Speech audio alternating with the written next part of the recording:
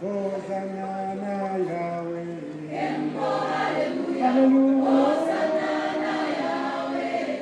a nation where oral health was once a distant dream for many, a historic chapter is being written. Mr. Chancellor, sir, I present the following candidates who have fulfilled the requirements for the award of the degree of Bachelor of Dental Surgery. By virtue of the authority vested in my office, I award these candidates the degree of Bachelor of Dental Surgery. I make these promises solemnly, freely, and upon my honor. So help me God. So help me God.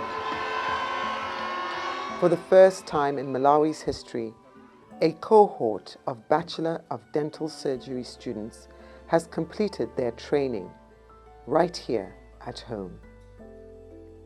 This victory wasn't sudden. It took nearly 27 years, almost 3 decades of dreaming, planning, stumbling, and starting again. And it all came into sharp focus after one harrowing moment. A disturbing video aired on national television, capturing an untrained village practitioner painfully extracting a tooth. That moment awakened the nation. The then principal of the College of Medicine, now Kamuzu University of Health Sciences, KUHeS, Dr. Mwabasa Mibando, saw this as a call to action. During a visit to the University of Glasgow, on the sidelines of formal meetings, he began an informal but life-changing conversation. That conversation sparked a movement. From there, the Maldent Project, which has become a very strong and effective partnership between KUHeS and the University of Glasgow, funded by the Scottish Government, with multiple academic, charitable, healthcare and industrial partners, started. What we wanted was to make sure that the program was meeting the international standards. Actually, we came up with a saying that we wanted to have dentists that are globally competent, but also who are locally relevant. What do I mean? We wanted to make sure that we're not bringing in second-class dentists. We wanted to bring dentists that could stand on their own, they could be accepted internationally, but at the same time who understand the context in which they were working in. That's why we said globally competent and locally relevant. And part of making it globally competent was to have properly built infrastructure. From a mere sketch on paper to fully functional dental theatres, clinical teaching spaces, and trained faculty, each step was forged through dedication.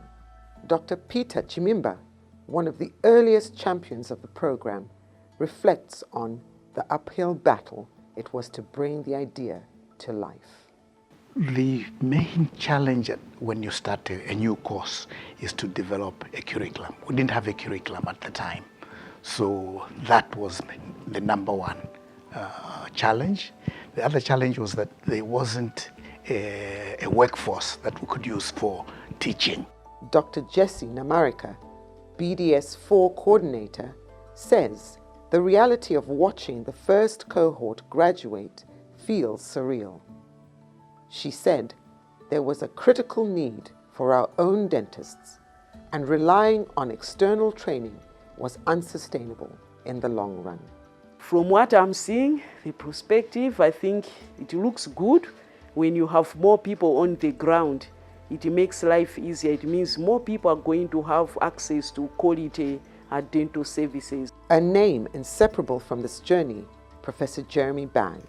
His contributions shaped curriculum, trained faculty, and helped establish critical teaching infrastructure. For me, there are reflections that are very personal. One of the lovely things for me about the Maldent project has been not only have I met some very impressive work colleagues in Malawi, those work colleagues are now very close friends, and continuing to work with them is really important, I think, to the future both of the BDS program and everything else that we're trying to do in Malawi.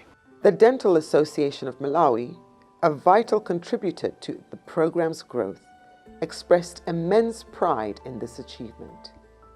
For years, the association depended significantly on dentists trained abroad. This is a moment of jubilation because we have been at it. The first meeting we had for a dental school was in 1992.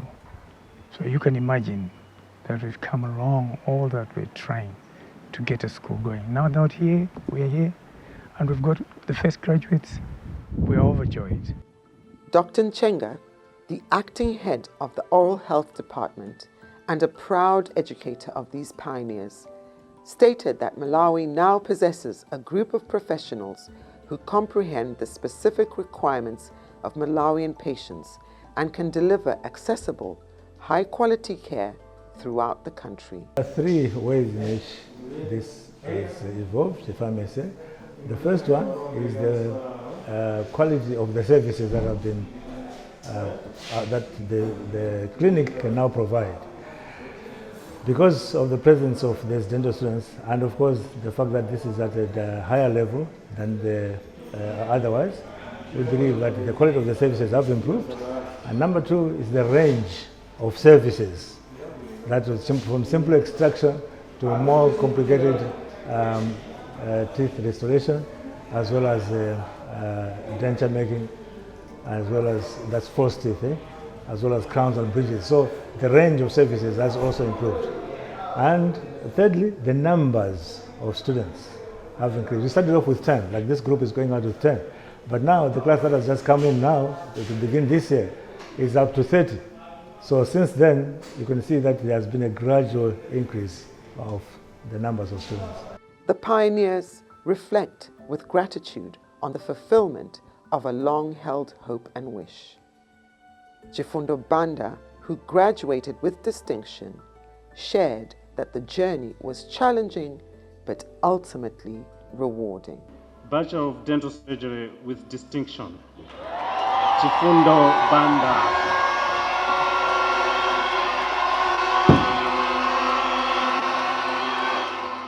So excited because this is history that is being made, because being the first cadre of Malawi's homegrown dental surgeons, yeah, it's really exciting. The journey has been both challenging and also great. Esther Komba looks back and reminisces at the time she had an opportunity to visit Scotland. In the fourth year, I was selected, one of the 2 students that went to the United Kingdom for the elective study at the University of Glasgow, which was fully funded for by the Royal College of Physicians and Surgeons, where I got to see the change and their study culture, as well as the facilities that they have and their laboratories, the high technology and everything else that's nice.